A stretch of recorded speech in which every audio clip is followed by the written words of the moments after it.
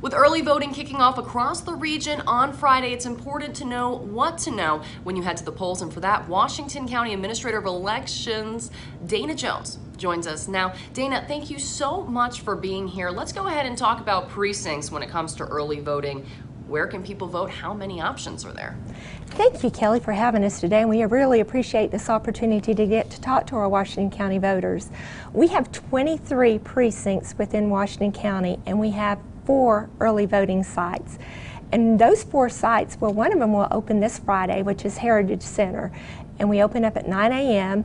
and it will be closing down at 5. And then on Monday, we have Freedom Hall, we have Crossroads, and we have ETSU that will open along with Heritage Center, and they will remain open until the 30th. And I understand ETSU is a newer site. Now, what's the reason for adding that? Well, we are trying to focus and get everybody a place to vote because we have over 86,000 registered voters in Washington County. And as you probably know, we were a little saddened at our voting turnout for May. It was only 15.4%.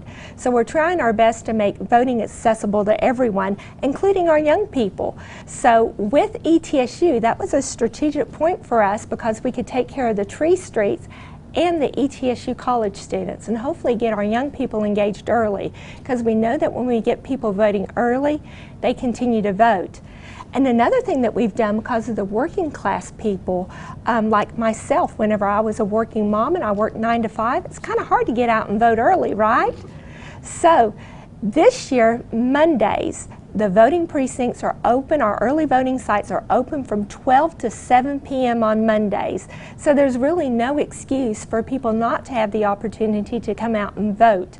And I know there's always a push to get younger people to vote, but what about older generations? It's a little harder to get around there. I mean, how are you helping them get to the polls? Actually, we just met with Charlie Stahl in Johnson City, and we are working out an opportunity to have a voting precinct at the Memorial Center in Johnson City, and we're real excited about that. Now, that would just be for Election Day, but we know the one thing that keeps our elderly voters from voting, and it's kind of sad, but they consider 50 and up elderly, so that puts me in that age group too.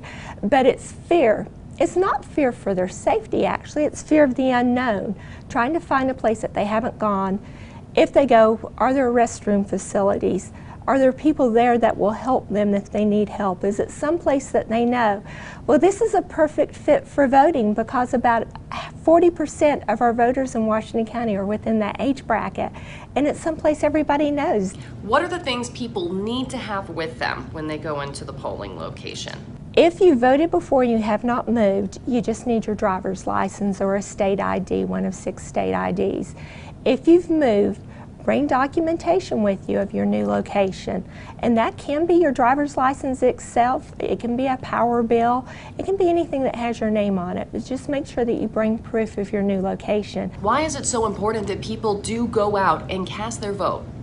If you care about your pocketbook, if you care about, what's going on, the rules and the regs in your community, everything from zoning to annexation, you need that voice and you need that voting record on file so that people know that you are concerned, you do show up, and that you have a voice and you have a seat at the table.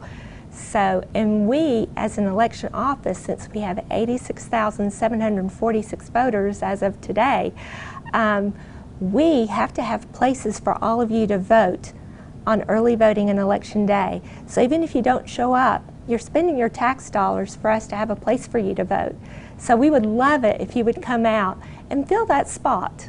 Dana, thank you so much. Again, early voting starts on Friday, and if you want to avoid those long lines, you might want to consider casting that vote a little bit earlier than Election Day. And one thing she did tell me is that the ballot will be a lot longer since there are judicial candidates on there, so you want to make sure that you give yourself a little extra time at the poll.